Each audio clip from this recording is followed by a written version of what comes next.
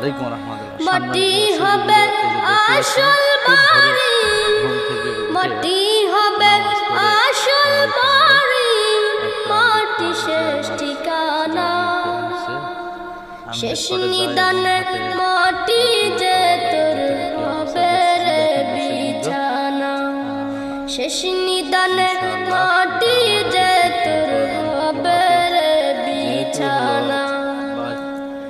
3.5 হাত মাটির ঘরে রইবি একা একা, সঙ্গী সাথী কারো সাথে হবে না তোর দেখা।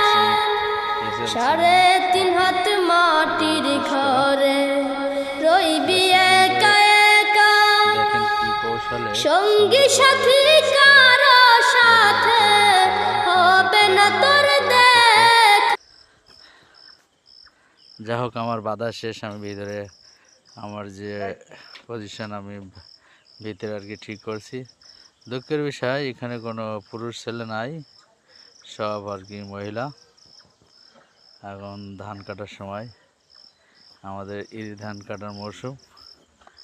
এখন সবাই যা ধান কাটি গেছে, দেখেন আমি তার পা বেঁধে নিচ্ছি যাতে সুবিধা হয় টানতে, আর একখান পা বেঁধে নিচ্ছি যাতে টানতে সুবিধা হয়।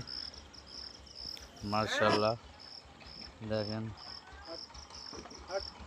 এবার টান দিতে বলছি যাতে বাচ্চারা সঠিকভাবে হয়। আলহামদুলিল্লাহ, দেখেন কি সুন্দরভাবে বাচ্চা চলে আসছে। আলহামদুলিল্লাহ, আপনারা দেখতে থাকেন খুব সুন্দরভাবে।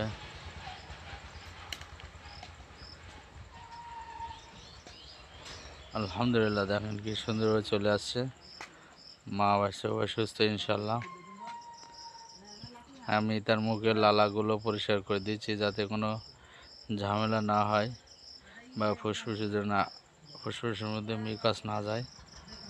ভিডিওটা দেখার জন্য ধন্যবাদ সকলকে। আমার এই চ্যানেলটা সাবস্ক্রাইব করবেন। আসসালামু আলাইকুম রহমতুল্লাহি ওয়া বারাকাতুহু।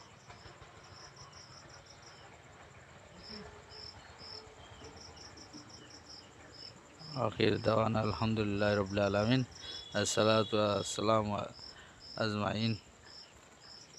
সকলকে ধন্যবাদ ভিডিও দেখার জন্য। মা বাচ্চা